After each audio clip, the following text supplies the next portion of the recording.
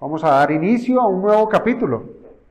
Y esto pues ya evidencia que han pasado las semanas, que han pasado aún los meses en que hemos tenido el gozo y la satisfacción de poder desglosar lo que Pablo le escribió a los hermanos de las iglesias de Galacia.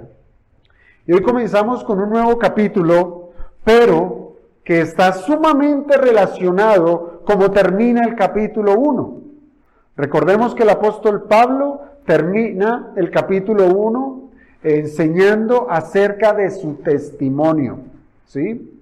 Y va a continuar haciendo uso de su vida después de haber sido convertido por el Señor para ayudar al entendimiento de los Gálatas a que el Evangelio es uno y es inmodificable y que debe ser concertado o debe ser puesto a trasluz de lo que siempre se ha predicado.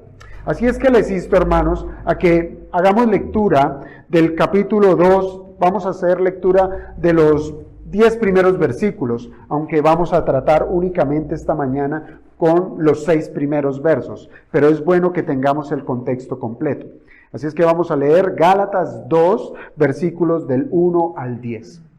Dice la palabra del Señor: Después, pasados 14 años, subí otra vez a Jerusalén con Bernabé, llevando también conmigo a Tito. Pero subí según una revelación, y para no correr en vano, y para no correr o haber corrido en vano, expuse en privado a los que tenían cierta reputación el evangelio que predico entre los gentiles. Mas ni aun Tito, que estaba conmigo, con todo y ser griego, fue obligado a circuncidarse.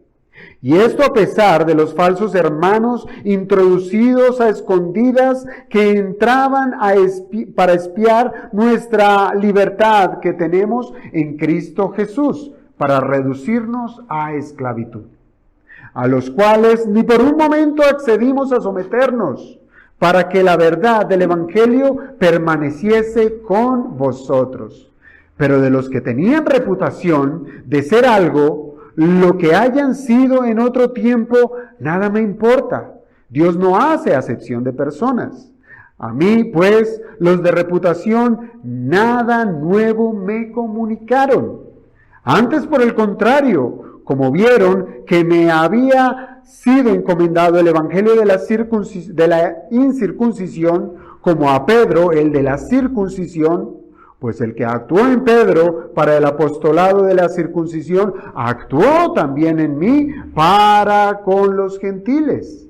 Y reconociendo la gracia que me había sido dada, Jacobo y Cefas y Juan, que eran considerados como columnas, nos dieron a mí y a Bernabé la diestra en señal de compañerismo, para que nosotros fuésemos a los gentiles y ellos a la circuncisión. Y solamente nos pidieron que nos acordásemos de los pobres, lo cual también procuré con diligencia hacer. Padre de la gloria, te damos gracias, amado Señor, por esta porción que pones delante de nosotros, cargada, Señor, de mucha información, la cual, Señor, procuraremos, Señor, por tu gracia, Señor, desmenuzarla y sacar el mayor provecho para nosotros. Te rogamos, Padre, que hagas de nuestro corazón un corazón afable, Señor, un corazón enseñable a la doctrina, un corazón sensible a tu voz, y podamos entender la importancia de un evangelio correcto, de un evangelio genuino, de un evangelio que no es, Señor, manipulado por hombres, sino que es el mismo, Señor, que tú revelaste por medio de tu Hijo Jesucristo. Oramos, Padre, y descansamos en tu presencia y ponemos este tiempo de predicación en tus manos. Oramos en el nombre de tu Hijo Jesucristo. Amén.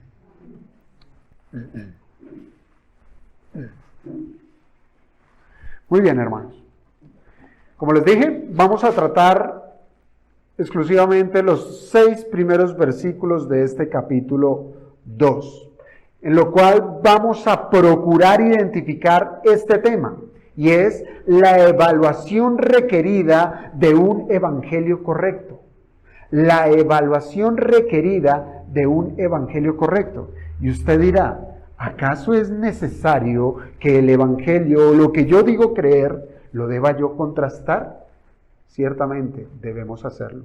¿Por qué? Porque estamos siendo influenciados por muchas enseñanzas, por muchas filosofías, por muchos pensamientos humanos que han menguado y han desvirtuado la verdad del evangelio. Y debiéramos nosotros hacer un alto en nuestro camino y poder tomar lo que creemos, nuestra confesión de fe, y contrastarla a la luz de la revelación de nuestro Señor Jesucristo, y llegar a la conclusión de decir, estoy a la par o de acuerdo con lo que Cristo enseñó, o estoy desfasado y estoy viviendo una vida que no es acorde a la verdad, o estoy enseñando a otros para que vivan vidas que están deformadas por lo que Dios realmente quiere para ellos. Así es que, hermanos, nosotros vamos a continuar con la exposición de ciertos hechos de la vida de Pablo, en los cuales lo que hace o lo que está haciendo el apóstol es ser sumamente, ¿cómo decirlo?, cuidadoso en citar su testimonio, ¿sí? ¿Con el propósito de qué? Él cita aquí parte de su vida con el propósito de demostrar que el evangelio que él predica o que él les predicó no había sido manipulado. Y recuerden que esto está en el contexto de las acusaciones que estaban haciendo un grupo de hombres que eran conocidos como los judaizantes, que ellos pretendían decir todo lo contrario de Pablo, que Pablo había recortado, que había manipulado el evangelio y que le había quitado las obras que demanda la ley de Moisés, que sin ellas, según estos hombres, ninguno pudiera alcanzar la salvación. Y digo que él ha tenido cuidado, ya que a diferencia de muchos hombres, incluso aún de nuestro tiempo, han usado sus vidas para enseñar que se trata es de su obra, que se trata es de los méritos que ellos tienen como predicadores o como pregoneros, que es a través de su testimonio que pueden ofrecer la salvación o cualquier otro tipo de beneficio de parte de Dios. Y Pablo es meticuloso porque él no quiere enseñar eso. Él quiere tomar su testimonio con el propósito de poner una defensa fuerte al verdadero evangelio. No es que síganme por lo que soy, síganme por mi vivencia, síganme por mi experiencia. Y eso es lo que vemos hoy en día en la actualidad de lo que tratan algunos predicadores que buscan enseñar evangelios personales. El evangelio según el predicador de turno, mas no el evangelio de Cristo. Pablo quiere resaltar que la gracia de Dios le alcanzó para salvación y que lo llamó para ser un obrero más en ese amplísimo terreno que Dios ha dispuesto para sembrar la verdad del evangelio, para que los hombres lleguen a la salvación. Eso es lo que él está exponiendo. Es decir, yo soy un obrero más, soy un salvo más por el evangelio de verdad, y quiero es manifestarle a los gálatas que despierten de esa mentira que han estado recibiendo de los judaizantes. Ustedes no tienen por qué seguir las enseñanzas de ellos en donde se les obliga a guardar la ley mosaica.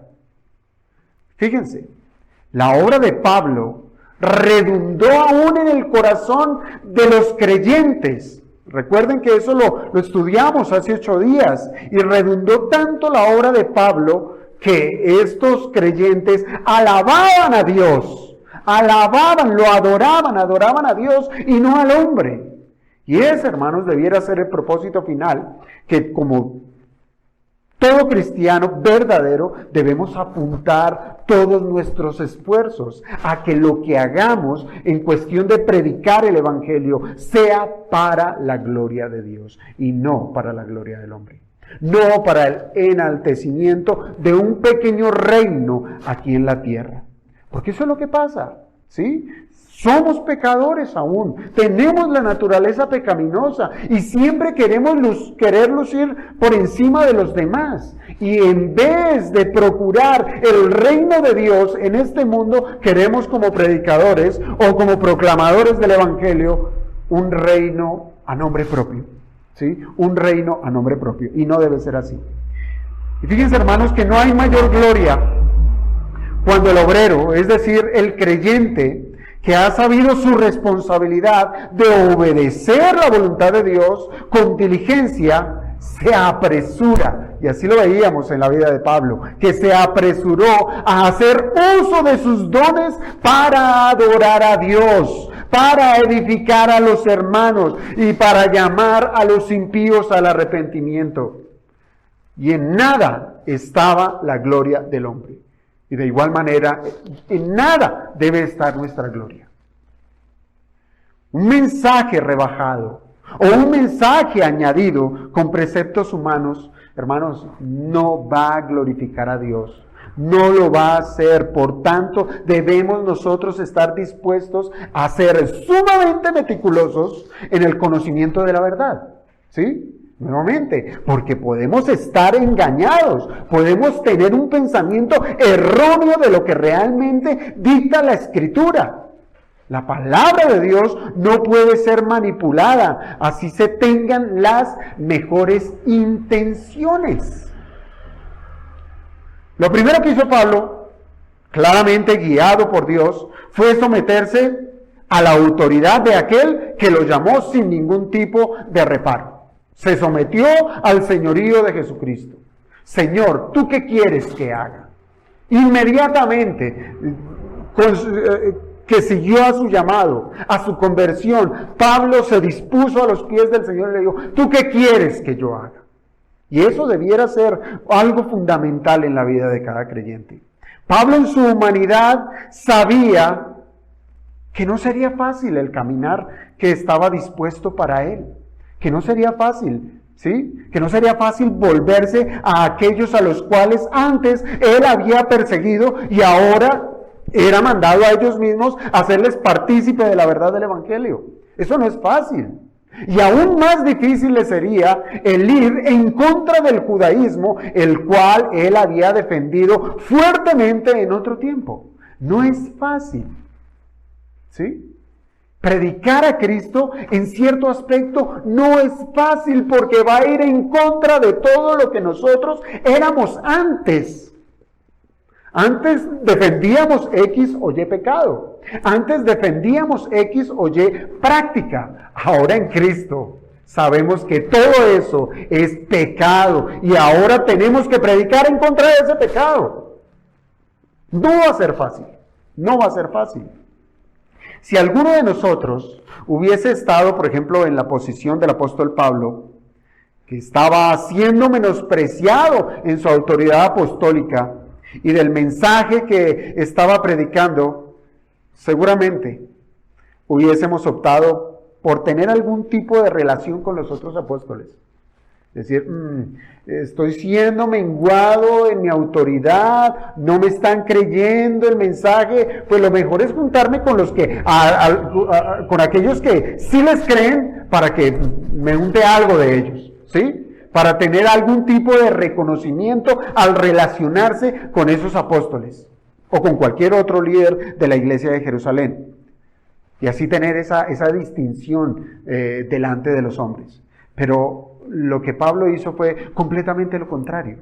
Él hizo lo contrario. Él al hacer mención de algunos hechos históricos consecuentes a su conversión, él les demostró a los Gálatas que su apostolado y el mensaje que les había enseñado antes lo había recibido era directamente de Jesucristo, no por revelación de un hombre, no por la instrucción humana. Y para ello nos enuncia un viaje. ¿Recuerdan? Que Pablo, después de ser salvo, él dice, y me fui a Arabia. Yo no me fui a Jerusalén, yo no me fui a buscar a Pedro ni a ningún otro de los apóstoles. Me fui a Arabia, a un lugar apartado y solo. Y de allí dice la Escritura que fue nuevamente a Damasco. ¿A qué? A predicar el evangelio que recibió directamente de Jesucristo. Y recuerden que él también hace mención que subió a Jerusalén, ¿sí? Pero fue un viaje sumamente corto, un viaje de 15 días, el cual no tuvo nada que ver con cierta instrucción de parte de los apóstoles o de los líderes de Jerusalén. O sea, hasta allí, pasados 3 años, Pablo no tuvo un contacto directo con la doctrina que se enseñaba en Jerusalén. Él no fue a contrastar su evangelio o el evangelio que recibió con el evangelio predicado en Jerusalén. 3 años y no lo hizo. Pablo es claro al decir que no se trataba de ser distinto a los apóstoles, ¿sí? Ni mucho menos de denigrar el llamado de ellos, sino por el contrario, él quería expresar que tal fue su llamado que se compara muy bien con el de los 12, siendo totalmente distanciados, ¿sí?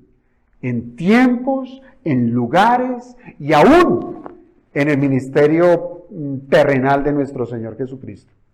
Pablo quería mantener esa distancia con el propósito de ¿qué? De que entendieran los gálatas que su mensaje era genuino de Jesucristo.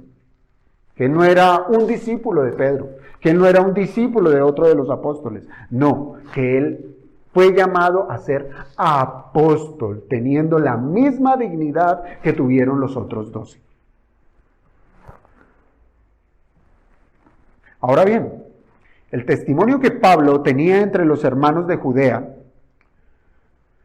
quienes no lo conocían, recuerden bien que él fue a las regiones del norte, fue a Cilicia, fue a Siria, pero él no fue a visitar las iglesias ya fundadas en Judea, que era territorio de la obra misionera de Pedro, ¿sí? Y de los demás apóstoles allí en Jerusalén. Él no fue allá, pero en esas iglesias ya lo conocían de su testimonio. Estos hermanos de Judea no le conocían de vista, pero reconocieron el mensaje que él estaba predicando.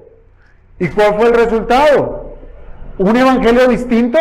No. Dice la Escritura que estos hermanos alabaron a Dios porque entendieron que de la misma manera en que ellos fueron salvos, los griegos, o más bien los gentiles, estaban siendo salvados también, por gracia. Hermanos, y ese debiera ser nuestro testimonio, que seamos reconocidos es por el autor del Evangelio. ¿Quién es el autor del Evangelio? Jesucristo, y no por si pertenecemos a la iglesia tal, o pertenecemos a la iglesia de tal pastor, o por el nombre de alguna iglesia reconocida. No, ese no debe ser nuestro reconocimiento, ese no debe ser nuestro testimonio. Nuestras credenciales deben ser las de un cristiano, es decir, ser reconocidos por ser discípulos ¿de quién? De Cristo. Es de Cristo y no de hombres.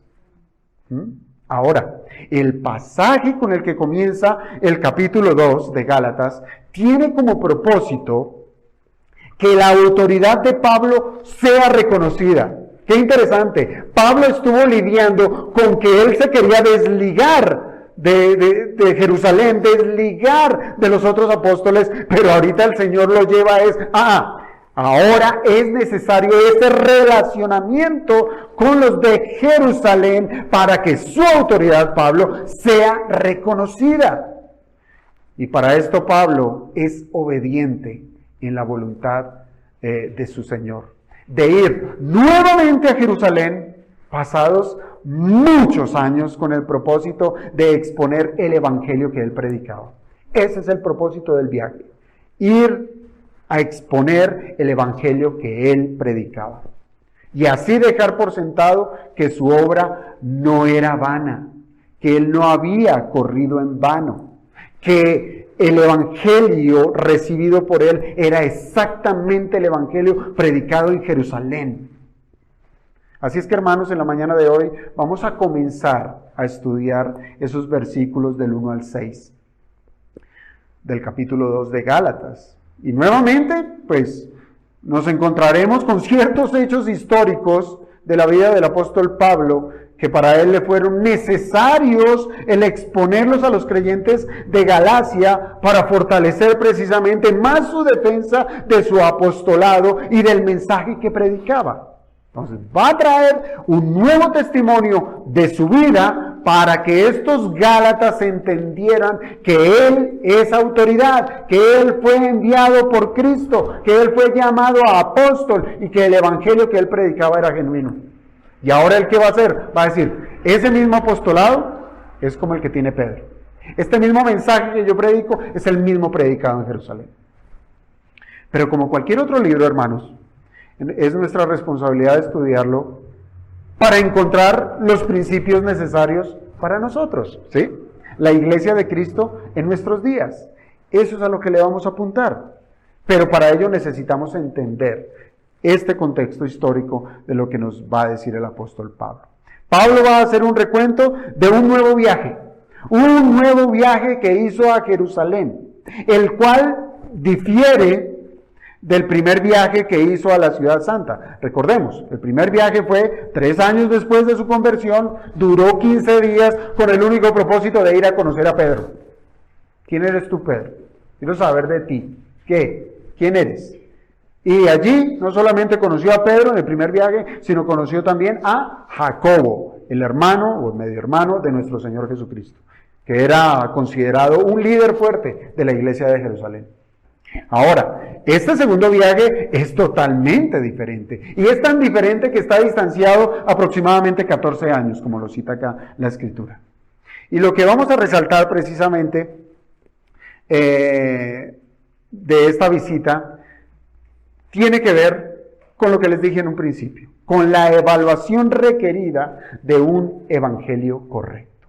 La evaluación requerida de un evangelio correcto. ¿Cómo comienza este capítulo 2?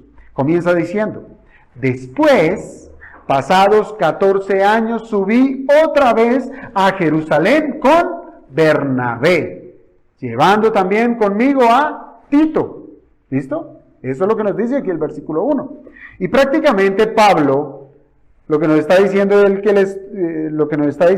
es que él estuvo 14 años manteniéndose al margen de la autoridad apostólica de Jerusalén.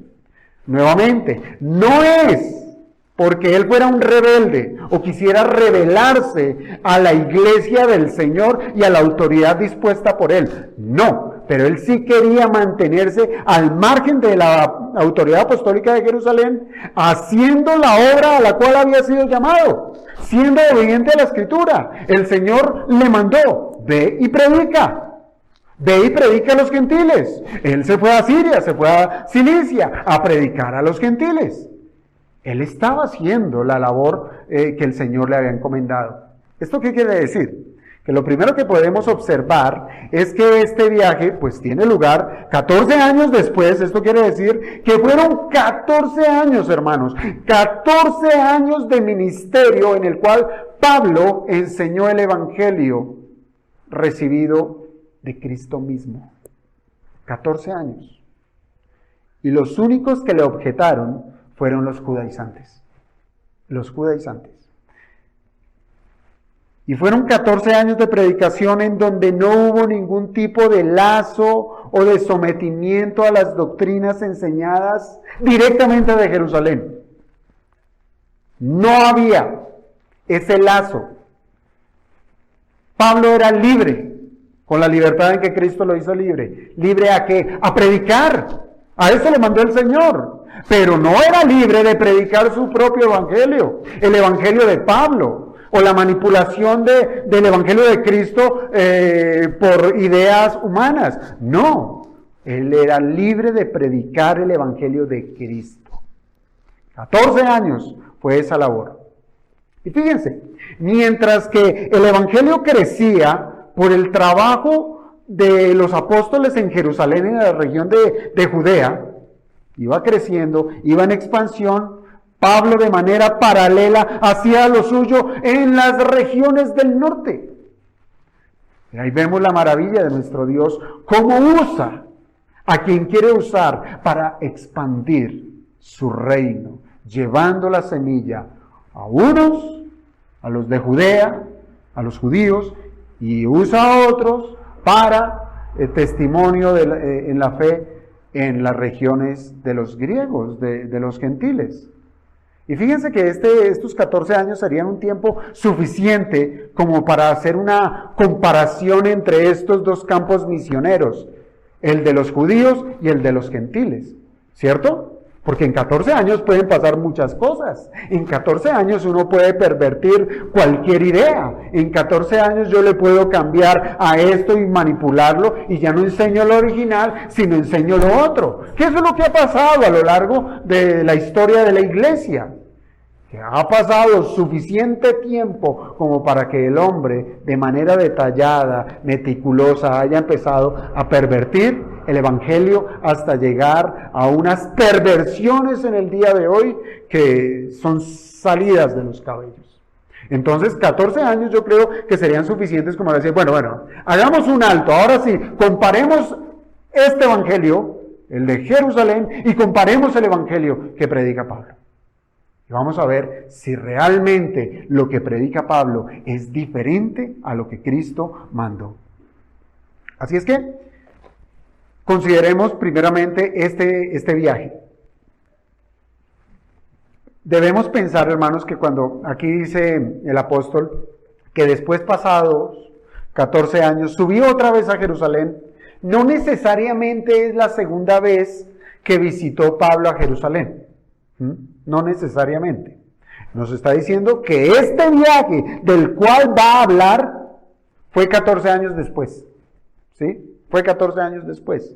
Y es interesante, ¿por qué? Porque en el libro de los Hechos se nos enseña que Pablo efectivamente varias veces subió a Jerusalén.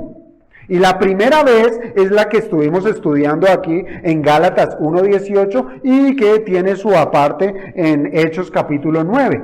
¿Sí? Es la primera vez que Pablo va a Jerusalén, que fue 3 años después de su conversión. Pero después de este viaje, Pablo volvió a Jerusalén, y es lo que está descrito en Hechos capítulo 11, versículos 29 y 30. Y en ese viaje, Pablo es acompañado por Bernabé, ¿sí? Y como para hacer algo de contexto, Bernabé se encontraba en la iglesia de Antioquía de Siria, y él parte de Siria para buscar a Pablo, que se encontraba en Tarso. Recuerden que desde el primer viaje, desde el primer momento de su conversión, Pablo se dirige al norte, se dirige a Siria, y de allí se dirige a Cilicia, donde está la ciudad de Tarso, y es allí donde Bernabé va y le busca, ¿sí? Y de allí salen ¿para dónde? Salen para Jerusalén. Y el motivo de este segundo viaje era llevar ayuda a los hermanos de Jerusalén que estaban padeciendo cierta necesidad, porque una gran hambruna había cubierto la tierra. Entonces habían tomado ciertos recursos, ciertas ofrendas para llevarlas a Jerusalén. Ese fue el segundo viaje y ese fue el propósito. Pero después de esta visita, el libro de los Hechos nos registra un tercer viaje a Jerusalén, y es el que leímos esta mañana en el capítulo 15 de Hechos. Por eso fui intencional en leer Hechos capítulo 15 en la lectura de este domingo. Ese es el tercer viaje que hace Pablo a Jerusalén, y créame, yo estoy plenamente convencido que este viaje es el que hace mención Pablo aquí en Gálatas 2, ya que en Hechos 15 se describe lo que se conoce como el Concilio de Jerusalén. El Concilio de Jerusalén, una reunión especial con los líderes de Jerusalén y aún con la iglesia misma. Y tuvo como propósito resolver si en verdad era necesario que los gentiles convertidos cumplieran la ley mosaica para alcanzar la salvación.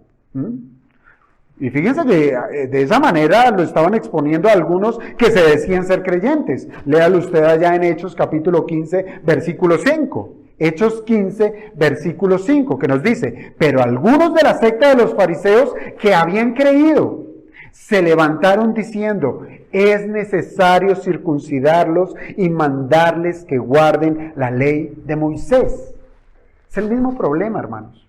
Si ustedes se fijan bien, el viaje que Pablo está citando en el capítulo 2 de Gálatas necesariamente tiene que ver con el mismo problema que se estaba suscitando por causa de los judaizantes. Y era necesario que se aclarara que el evangelio era uno solo, que no habían dos evangelios, que había un solo evangelio. ¿Quién tenía la razón? ¿Pablo? ¿Pedro? ¿Estos judaizantes? Bueno, y a eso es a lo que va a apuntar el apóstol Pablo. Aunque Dios, óigame bien, aunque Dios había provisto a algunos de sus siervos para alcanzar a los judíos, y a otros, como el caso del apóstol Pablo, para alcanzar a los gentiles, hermanos, aquí solamente hay una diferencia en los campos misioneros. En los campos misioneros. Porque el evangelio era el mismo. Exactamente el mismo. Por eso es que no se puede cambiar el evangelio por la cultura. Eso es lo que se hace hoy en día. Para poder entrar, vamos a modificar el evangelio de acuerdo a la cultura. ¿Sí? Mire, yo recuerdo alguna vez un profesor decía que en una tribu, no sé, por allá del África, se llevó el evangelio ya no presentando a un cordero, sino a un cerdo. Porque era lo común de la cultura. Entonces cambiemos la figura del cordero por la de un cerdo. ¿Sí? ¿Para qué? Pues para beneficio de la gente, para que el evangelio entre y sea creíble. No, el evangelio es uno y no puede cambiar. Aunque los campos misioneros sean diferentes. Y es por eso, hermanos, por ejemplo, ahí es donde encontramos situaciones en donde se empieza como a abrir un sinnúmero de posibilidades en el cristianismo. Ustedes pueden ver a unas indígenas, precisamente, en cultos aparentemente cristianos, pero en donde se reserva es todo una ceremonia indígena. Y nuevamente pasa lo que sucedió con el cristianismo romano católico, ¿sí? Se absorbieron las figuras o los nombres de las figuras cristianas y se las pusieron a los ídolos griegos y romanos. Una mezcla. Mezclaron el asunto. Y no es así, porque el evangelio es uno. Fíjense, Pablo sube después de 14 años a Jerusalén, acompañado de Bernabé y de Tito, y cabe aclarar, hermanos, que Bernabé también es citado en el pasaje de Hechos 15, al igual que se habla de Pedro y de Jacobo, que en ambos textos, en Gálatas 2 y en Hechos 15, se hablan de estos personajes. Entonces, sin lugar a duda, esto es con el propósito de argumentar de que sí se trataba del mismo viaje.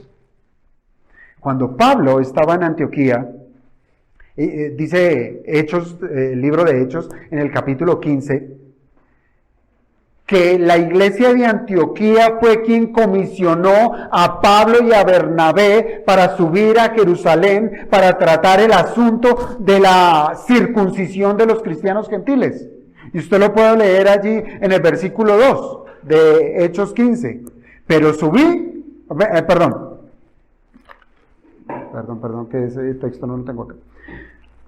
Hechos 15, versículo 2. Como Pablo y Bernabé tuviesen una discusión y contienda no pequeña con ellos, se dispuso que subiesen Pablo y Bernabé a Jerusalén y algunos otros de ellos a los apóstoles y a los ancianos para tratar esta cuestión. Aquí vemos cómo, desde Hechos, cómo estos par de hombres, Pablo y Bernabé, fueron comisionados por la iglesia. Pero fíjense que Pablo en Gálatas, él afirma que esa comisión la recibió fue por revelación, es decir, directamente de Dios. Él dice en el versículo 2 de Gálatas 2, pero subí según una revelación. Entonces algunos dirían, si ve, no se trata del mismo viaje, ¿sí? Porque uno fue comisionado por la iglesia de Antioquía y el otro fue comisionado directamente por una revelación de Cristo. Pero, hermanos, esta visita, que según Pablo aquí en Gálatas nos dice que es según una revelación, esto nos lleva a pensar que no hay una contraposición con lo de Hechos 2, con lo de Hechos 15, sino por el contrario, esto nos puede llevar a pensar más bien que para que la iglesia de Antioquía lo haya comisionado a ir a Jerusalén es porque primeramente Dios le había ordenado a Pablo por medio de una revelación. Y el asunto de los judaizantes se estaba presentando en Antioquía también. Así es que, hermanos, con esto Pablo les quería aclarar a los gálatas que subir a Jerusalén para tratar el tema de los judaizantes no fue por iniciativa propia. No fue por iniciativa propia, como quien quiere congraciarse con los líderes de Jerusalén. Porque fácilmente Pablo pudo haber sido acusado de eso. Pablo subió a Jerusalén para hallar respaldo de los otros apóstoles. Y él dice, no. Eso ni se me había ocurrido a mí. Pasaron 14 años y yo estuve trabajando tranquilamente entre los gentiles, pero solo fue hasta que el Señor por revelación me mandó a que subiera a Jerusalén. No fue por mi iniciativa, fue porque el Señor me lo mandó. Así es que, aunque Pablo estaba, fíjense hermanos, que Pablo estaba convencido de que el evangelio que él recibió ofrecía la salvación por gracia y no por obras, y ejemplo de ello y testimonio de ello fueron 14 años de ministerio en donde él no fue a cotejar su mensaje con los de Jerusalén. Estaba convencido que lo que él estaba enseñando era lo correcto, ¿sí? Él creyó, por comisión del Señor, que era necesario exponer su mensaje a quienes eran las columnas de la iglesia de Jerusalén. ¿Quiénes eran? De acuerdo a Gálatas 2:9 nos dice que eran Pedro, Jacobo y Juan. Eran quienes tenían un reconocimiento en la iglesia de Jerusalén. Fíjense que dentro de estos tres hombres, Jacobo no era apóstol, ¿no? Jacobo era el hermano del Señor, ¿sí? Pero aún estaba este varón y era reconocido entre la iglesia como columna del Señor. Entonces, ¿qué es lo que hace Pablo? Dice, yo voy a ir y voy a exponer mi mensaje a estos, a quienes son considerados como autoridad, a quienes ellos aman tanto, a ellos voy a buscar. Y según las palabras del apóstol Pablo, en el versículo 6, fíjense cómo él se expresa de estas columnas, cómo se expresa de Pedro, de Jacobo y de Juan. Él dice, pero de los que tenían reputación de ser algo, ¿sí? Porque tenían una reputación ganada por lo que creía la iglesia de estos tres hombres, pero de los que tenían reputación de ser algo, lo que hayan sido en otro tiempo, nada me importa. Dios no hace acepción de personas. A mí, pues, los de reputación, nada nuevo me comunicaron. Pareciera, hermanos, que son palabras como duras de parte del apóstol. Y decir, puede tener el título que quiera, no me interesa, ¿sí? No me interesa. Pareciera que son palabras duras, pero no debiéramos considerarlas así. Más bien, Pablo quiere decir que cualquiera que fuera el rango que pudieran tener, o cualquier distinción que pudieran tener, estas columnas que eran reconocidas en la iglesia de Jerusalén, cualquiera fuera su rango o su posición real, no afectó en lo más mínimo su autoridad como apóstol, o su argumentación. Él no iba con el pretexto de someterse como a una autoridad mayor, sino por el contrario, él decía, el Señor no hace acepción de personas. Los llamó a ellos para ser apóstoles, a mí también me llamó para ser apóstol. No hay distinción. Y es a ellos a quienes yo me dirijo, aunque para estos hombres sean considerados como columnas de la iglesia. Así es que, hermanos, esto también nos debe llevar a pensar a que no significa, y de eso debemos tener claridad, que no significa que en la iglesia del Señor existan jerarquías, ¿sí? No lo hay, ¿sí? En la iglesia del Señor todos somos hermanos y hay una sola cabeza, que es Cristo. Yo soy oveja. Yo soy hermano de ustedes.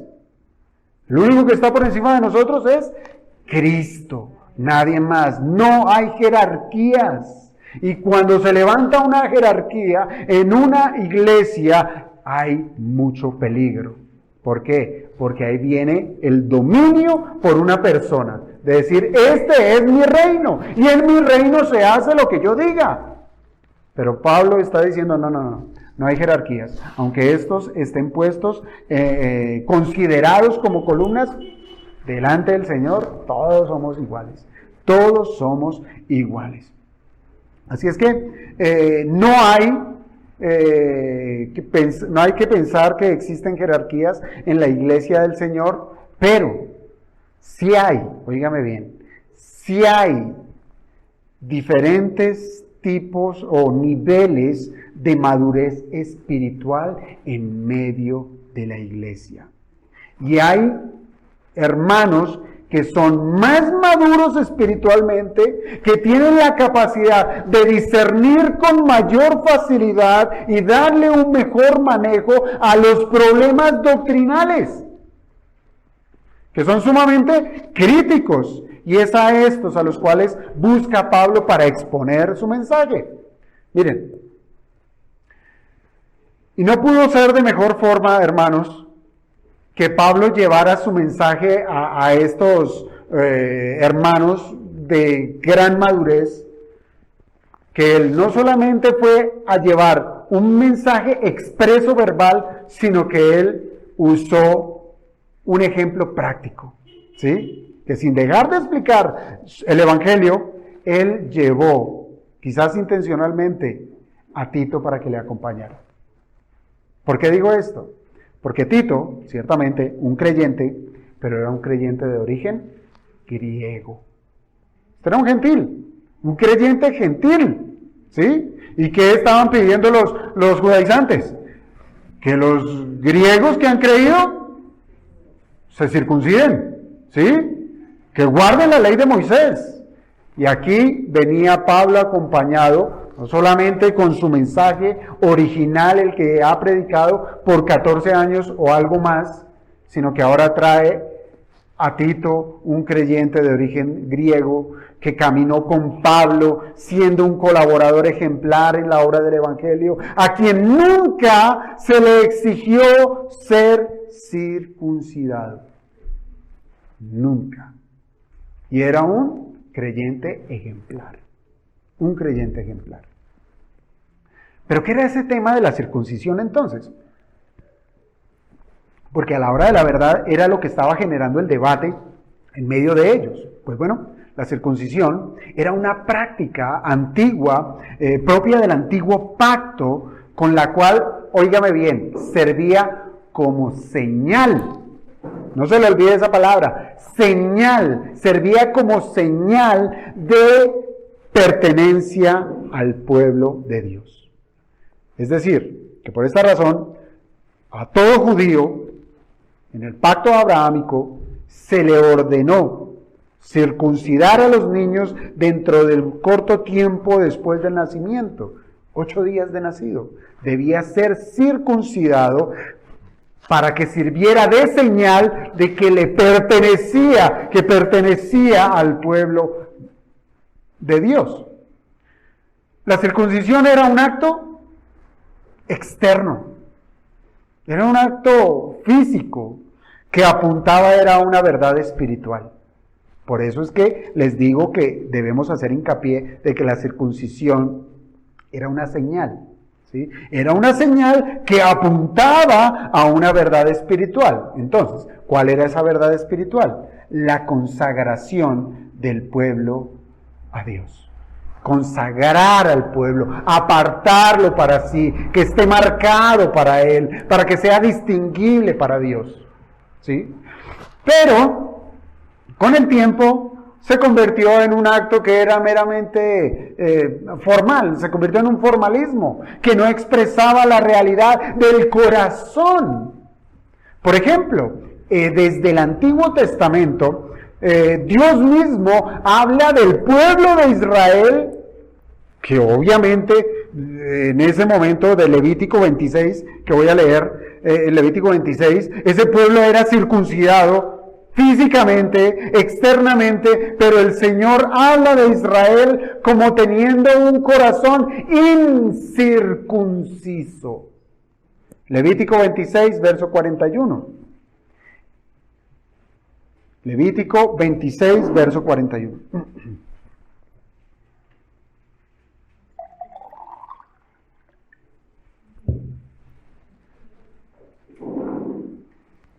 Yo también habré andado en contra de ellos y los habré hecho entrar en la tierra de sus enemigos, y entonces se humillará su corazón incircunciso y reconocerán su pecado. La circuncisión era un acto externo que apuntaba a la verdad del corazón. Y aquí el Señor dice, pueden estar todos circuncidados físicamente, pero su corazón no lo está. No ha sido consagrado para mí. No se han apartado para mí. Y aún en el Nuevo Testamento, ¿recuerdan cuando Esteban es apedreado? Esteban acusó al concilio judío de ser precisamente incircuncisos de corazón y de oídos. Hechos 7, versículo 51. Hechos 7, verso 51. Esteban les dice, duros de cerviz e incircuncisos de corazón y de oídos, vosotros resistís siempre al Espíritu Santo como vuestros padres, así también vosotros. Así es que, hermanos, la circuncisión llegó a ser algo tan externo y tan natural dentro de los judíos, llegó a ser tan relevante la circuncisión en esta cultura, que vino a ser un sinónimo de un israelita. Es decir, a los israelitas se les conocían también como los circuncisos. ¿Y cómo se le conocía a los que no eran del pueblo de Israel, a los que no eran judíos? Los incircuncisos. Y eso no era nuevo, ¿sí? Recuerden de este gigante Goliat, este incircunciso, lo llamaban, ¿sí? Que no era del pueblo de Dios. Pero entonces esto llegó a tener una mecánica tan popular, tan propia de la cultura, que unos eran conocidos como los circuncisos y los otros como los incircuncisos, pero netamente por un acto externo.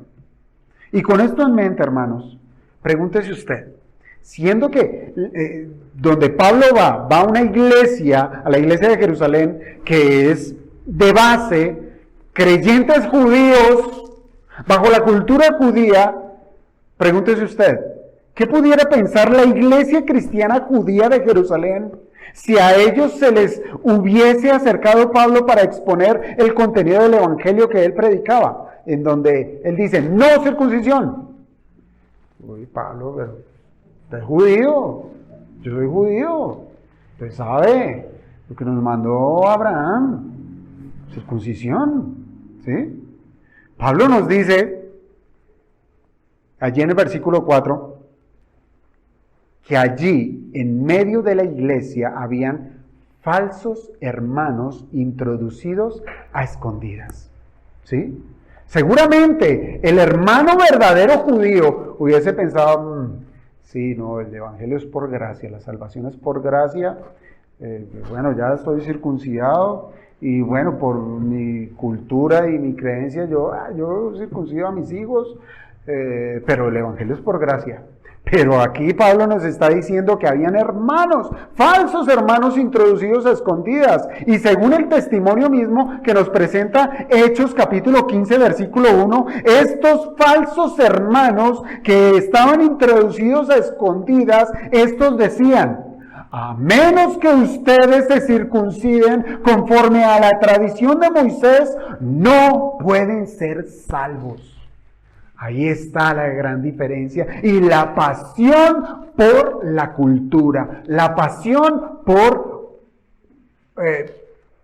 sus raíces, por su etnia. Entonces, fíjense que haber expuesto este tema de manera abierta a toda la iglesia, si Pablo hubiese hecho eso, de haber convocado a toda la iglesia de Jerusalén y vamos a tratar este tema abiertamente, hubiese sido un motivo de división. Un motivo de división. Un motivo de pleito público, de rencillas. Pero recuerden que Pablo se reunió fue en privado. Allí nos dice que él se reunió en privado con los que eran considerados con cierta reputación de ser columnas de la iglesia. Pedro, Jacobo y Juan. Se reunió con ellos en privado. Y el resultado de contrastar lo que él predicaba, de contrastar el evangelio que él enseñaba y la que se ha hecho en Jerusalén, lo que se enseñaba en Jerusalén, ¿cuál fue? Dice ahí la escritura, no generó ninguna contradicción. ¿De qué manera? Porque estos que eran columna no agregaron absolutamente nada al mensaje que Pablo predicaba. Nada. El evangelio es gracia de parte de Dios. No habían obras. Y estos varones maduros en la fe dijeron, el evangelio de Pablo, tal cual el que nosotros predicamos. No hay diferencia. No hay por qué sumarle absolutamente nada. No hay contradicción. ¿Ven la necesidad de contrastar lo que decimos creer con la verdad? Es importantísimo. Ahora, ¿qué resultó de esto? Que Tito, dice ahí la escritura en Gálatas, no fue obligado a circuncidarse. Siendo griego. Entonces, Tito era ¿qué? Un incircunciso. Pero un incircunciso externo. Y fue un incircunciso al que se le predicó el evangelio de la gracia y solo tuvo que hacer ¿qué? ¿Circuncidarse? No, solo tuvo que creer en Cristo para ser salvo sin necesidad de ninguna obra como lo era la circuncisión. Fíjense, aunque Pablo estaba totalmente confiado en su predicación, él no fue allá a decir, uy, no, ¿qué tal si sea necesaria la circuncisión? No, él estaba convencido, por eso les digo, 14 años de experiencia. Digo, yo no tengo necesidad de ir a contrastarlo, solamente vengo porque el Señor me lo mandó. ¿Sí? Porque el Señor me lo mandó. Él estaba confiado en su predicación. Él, tan confiado que él estuvo precisamente dispuesto, abierto a ser evaluado por los dirigentes de Jerusalén. Y esta entrevista se convertiría en un argumento más para definir que su evangelio era independiente al de Jerusalén y a la vez confirmado por los líderes de Jerusalén, que es lo que vamos a estudiar, si Dios permite, la otra semana en los otros versículos del 7 al 10. Pero bien, si era por definir diferencias, si el propósito de contrastar el evangelio era para evidenciar si había algún tipo de diferencia en el mensaje predicado por Pablo, fíjense que esta visita sirvió para dejar al descubierto que los judaizantes que estaban entremezclados con los hermanos de la iglesia estaban completamente equivocados al exigir las obras judías, ya que ni en Jerusalén ni entre los gentiles el evangelio demandaba ese tipo de obras que van en contra de la libertad cristiana. Tema que Pablo va a desarrollar en el capítulo 5 de esta carta. Entonces, ¿qué podemos aprender, hermanos, de este carácter de Pablo en lo que nos enseña en estos versículos? Bueno, necesariamente lo primero que debemos aprender es que Pablo es sumamente prudente. ¿Sí? Sumamente prudente. En el momento de contrastar la doctrina que predica con la que es enseñada en Jerusalén. aunque él está convencido en que su enseñanza es tal cual como la recibió de Cristo mismo. Pero él procuró no armar ninguna algarabía entre la iglesia de Jerusalén. Como les digo, la cual era de base judía y que posiblemente todavía tenía sus lazos afectivos ante esas prácticas de sus antepasados. Aunque esto no lo llevó, óigame bien, esto tampoco lo llevó a ser complaciente. ¿Sí? Sí, él evitó un problema, pero esto tampoco lo llevó a ser complaciente con aquellos que decían ser hermanos y querían imponer cargas del judaísmo. Pablo abiertamente los describe como falsos hermanos, y mientras que ante un hermano que es débil en la fe, se debe ser misericordioso y guardar su conciencia y ayudándoles más bien a entender la doctrina. Pablo no hace lo mismo con estos falsos hermanos. No, él por el contrario, él los resiste y no les obedece a sus pretensiones precisamente por amor a los hermanos verdaderos. Miren, en particular Pablo tiene en mente a los Gálatas. El amor a los Gálatas. Y por eso expone este pasaje, para que estos hermanos Gálatas vean que defender la verdad es necesaria para no permitir ninguna mezcla de doctrina en medio de los hermanos, y así guardar sus corazones. ¿Guardarlos de qué? De la impiedad esclavizante de los ritos dolorosos y dispendiosos de la religión judía. Esto era el objetivo para que Pablo trajera ese testimonio de su vida, de este tercer viaje a Jerusalén para los hermanos de Galicia. Los creyentes del Evangelio verdadero son libres de todas estas cargas. Cosa que para los judaizantes, con su ojo fisgón, porque eso es lo que hace un judaizante, es estar ahí con un ojo fisgón, estar atentos a criticar cada vez que los nuevos creyentes no guardaban la ley mosaica y les ataban imponiéndole la obligatoriedad de las obras para ser salvos. Y eso lo vemos en medio de las iglesias. Cómo hay quienes se dicen hermanos y están allí murmurando y ay, mire, ay, no, ay, no usa, ay, sí, ay, se levantó, ay, dijo, ay.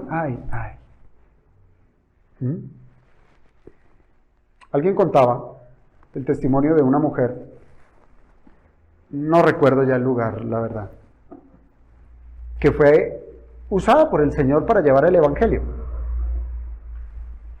a un lugar ajeno a su cultura.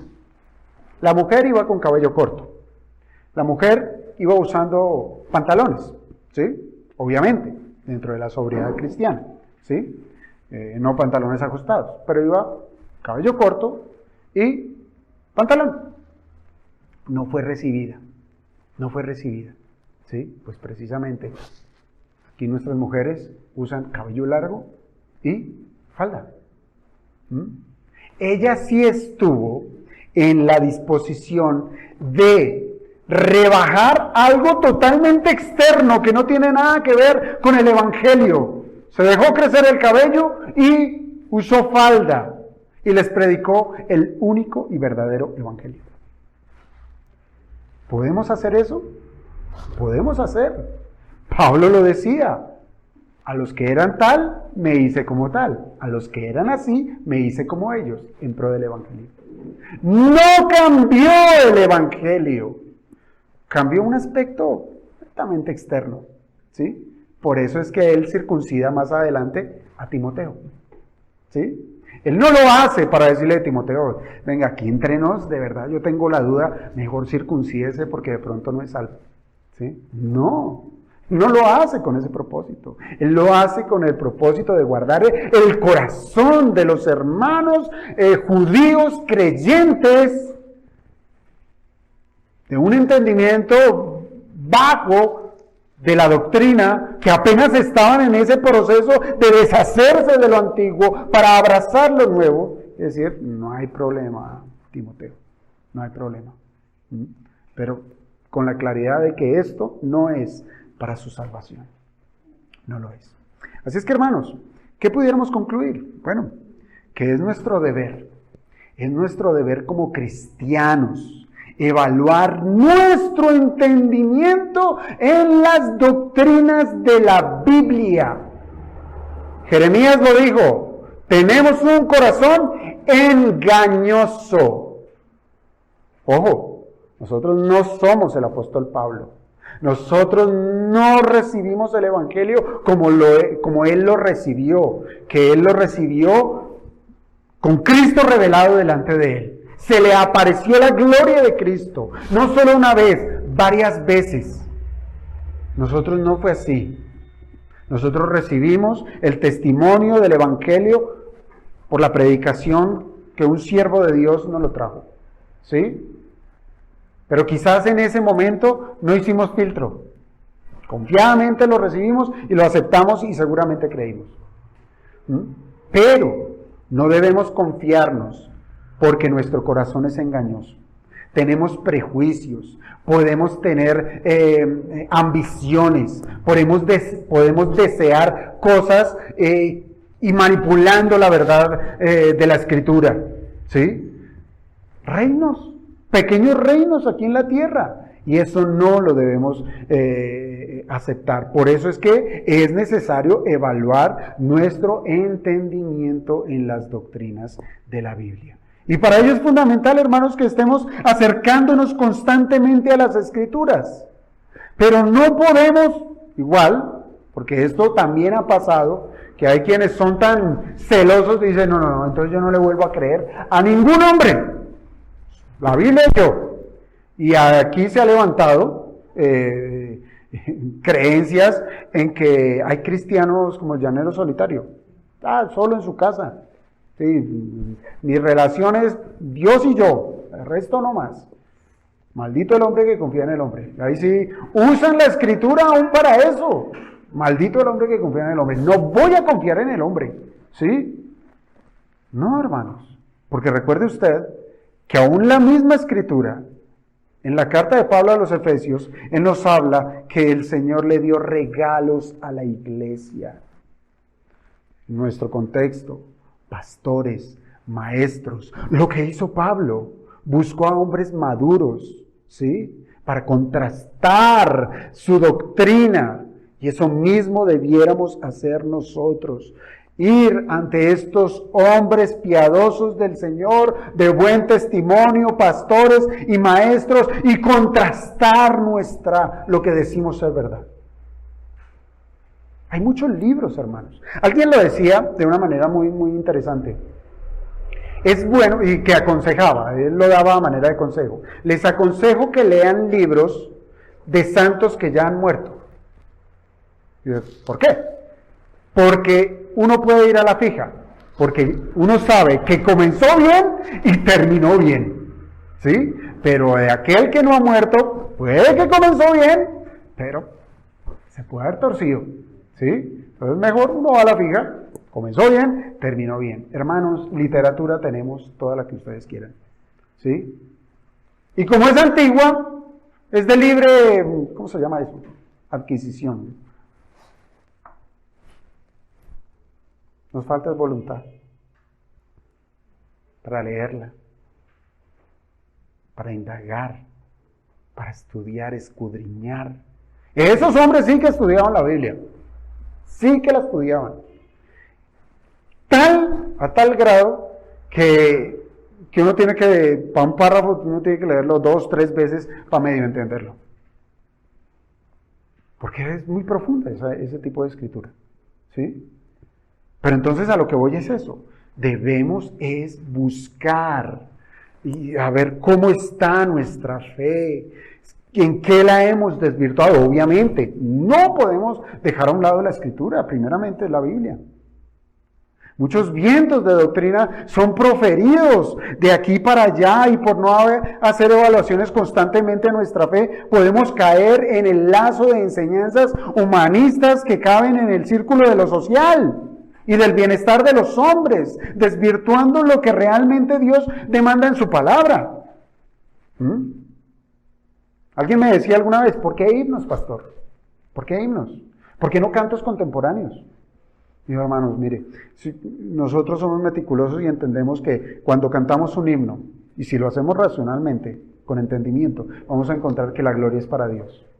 Mientras que en los cantos contemporáneos vamos a encontrar que se trata es de la experiencia del hombre. Me siento bien, soy feliz, a tu lado no hay nada mejor, pero soy yo, es el hombre, ¿sí? Es egoísta. Entonces debiéramos tener aún ese discernimiento para todas estas cosas.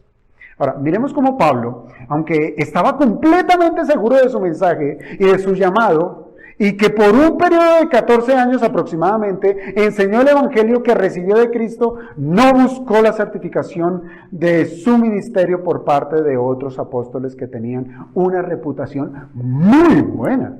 No lo era Pedro, ¿sí? Y ya logro entender, y aquí me adelanto, cuando Pablo dice, perdón,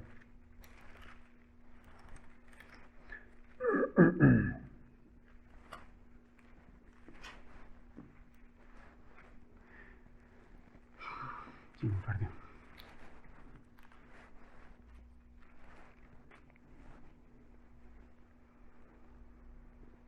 Cuando Pablo dice, pero de los que tenían reputación de ser algo, lo que haya sido en otro tiempo, nada me importa. Dios no hace acepción de personas. Yo creo que ese Pablo. Yo creo que Pablo estaba apuntando a lo que va a enseñar desde el versículo 11 en adelante, cuando Pablo reprende a Pedro. ¿Sí? Nadie tiene que tener un mayor concepto de sí mismos, porque el que esté confiado de donde está parado, mire que no vaya a resbalarse, ¿sí? Resbalarse. Pero Pablo, ciertamente él estaba muy confiado, e insisto, porque su experiencia no fue como la de ningún otro, ¿sí? Él no buscó la certificación de su ministerio. Y aún así, fue obediente a la instrucción del Señor, ¿sí? Aún así, ¿qué de nosotros, amados hermanos?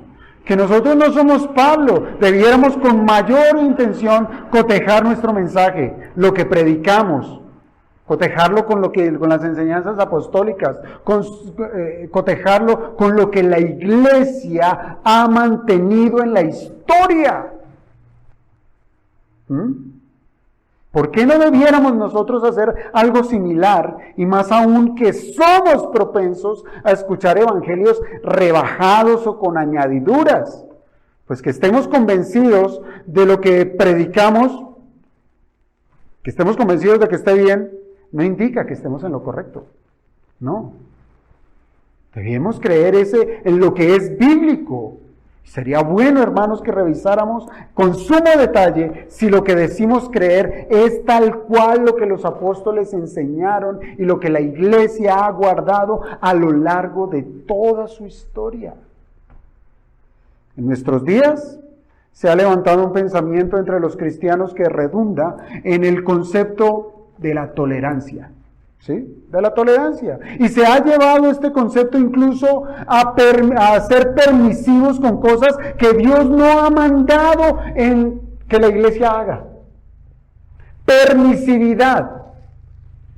Fíjense que el Señor no mandó sumarle al evangelio las obras del judaísmo. Y Pablo no toleró aquello que Dios no ha permitido. Allí no debe haber tolerancia. Nos llamarán intolerantes.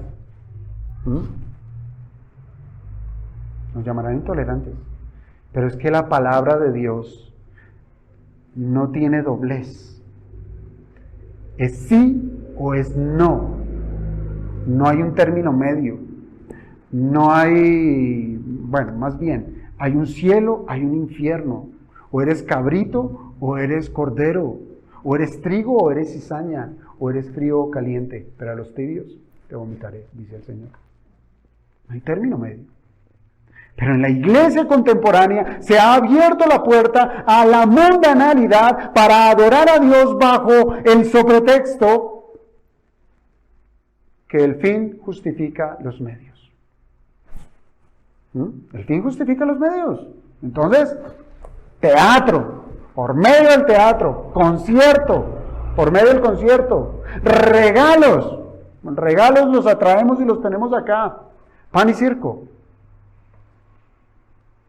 Aunque claramente esto no se dice, que el fin justifica los medios, no se dice, pero sí, si es por querer ganar almas para Cristo, el cristianismo moderno ha echado mano a estrategias de hombres para atraerlos a Cristo y no se dan cuenta que esas filosofías no distan al pensamiento judaizante. Usted viene, es salvo. Ah, pero es por venir. ¿Sí? Si usted participa en tal reunión, usted es salvo. Si usted levanta la mano, usted es salvo. Obras. Todo eso son obras. ¿Sí? Siendo que el apóstol Pablo él mismo dijo que el evangelio es locura para los que se pierden. Por eso es que debemos predicar un evangelio que es gratis. Ay, ¿verdad? No hay que hacer nada así, no tiene que hacer nada, solo creer. No tiene que hacer nada más. Algo que debiéramos hacer como cristianos también, hermanos, es aprender el ejemplo de Pablo y lo que les decía en su momento, es acerca de la prudencia. La prudencia que él usó para tratar un tema en el cual él sabía muy bien que tenía la razón. Pero hay veces nosotros somos tan imprudentes que estamos tan seguros de lo que decimos creer que no nos importa arremeter con el que tengamos enfrente. ¿Sí? No nos importa. Y debiéramos aprender la prudencia que tuvo el apóstol Pablo. Él fue mesurado en tratar este tema con la iglesia. Y precisamente lo que tenemos aquí en los versículos 1 al 10 de Gálatas es esa reunión privada entre Pablo, Pedro y Jacobo y Juan, la cual resultó en ¿qué? En una reunión pública, que es la que tenemos en Hechos 15. Es el concilio de la iglesia de Jerusalén. Cuando el tema ya resuelto, porque ya había sido resuelto, fue llevado delante de los demás apóstoles, ancianos de la iglesia y la iglesia en general. Y de este ejemplo nosotros debiéramos sacar provecho.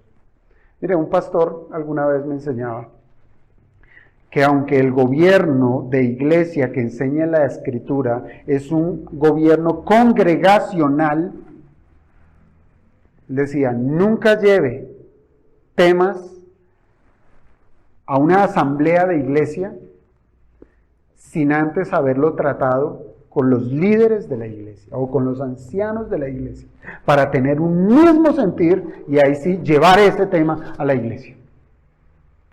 Porque fácilmente uno puede llevar temas que son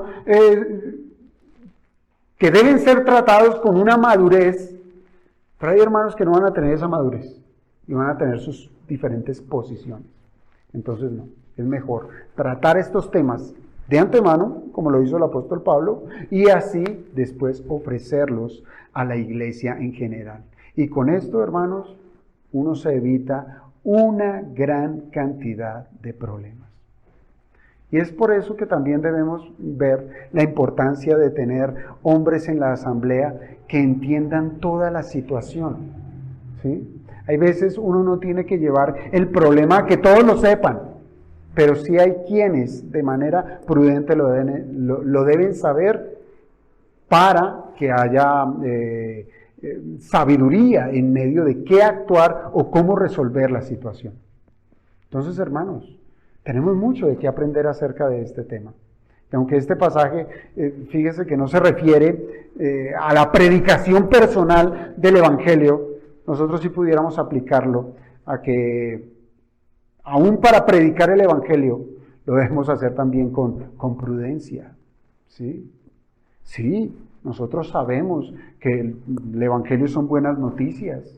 Y para que hayan buenas noticias, pues es que hay malas noticias.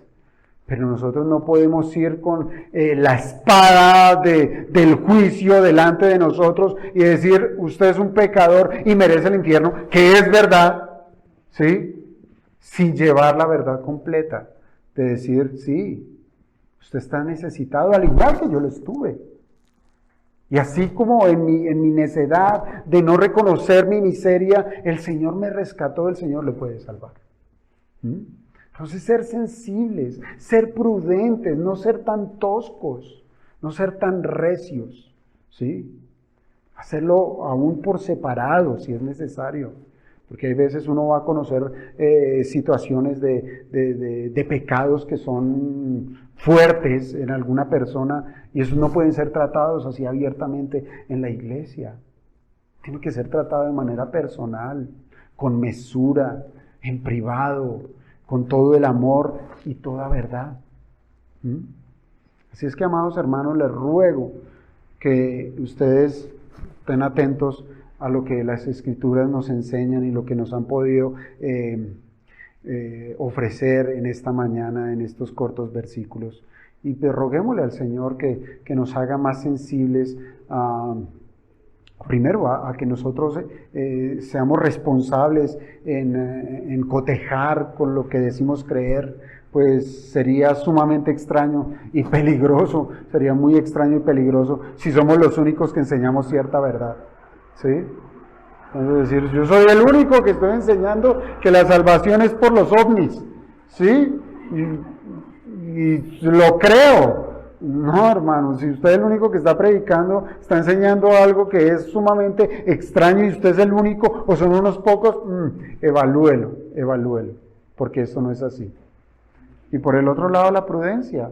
Al hacer cualquier tipo de confrontación en lo que respecta a la doctrina, para no incurrir en ningún tipo de división o en resistencias indebidas a la verdad del Evangelio. Y vale aclarar que este tipo de sutileza no significa que estemos dispuestos a manipular el mensaje del Evangelio. Que el Señor nos ayude, amados hermanos, con estos temas.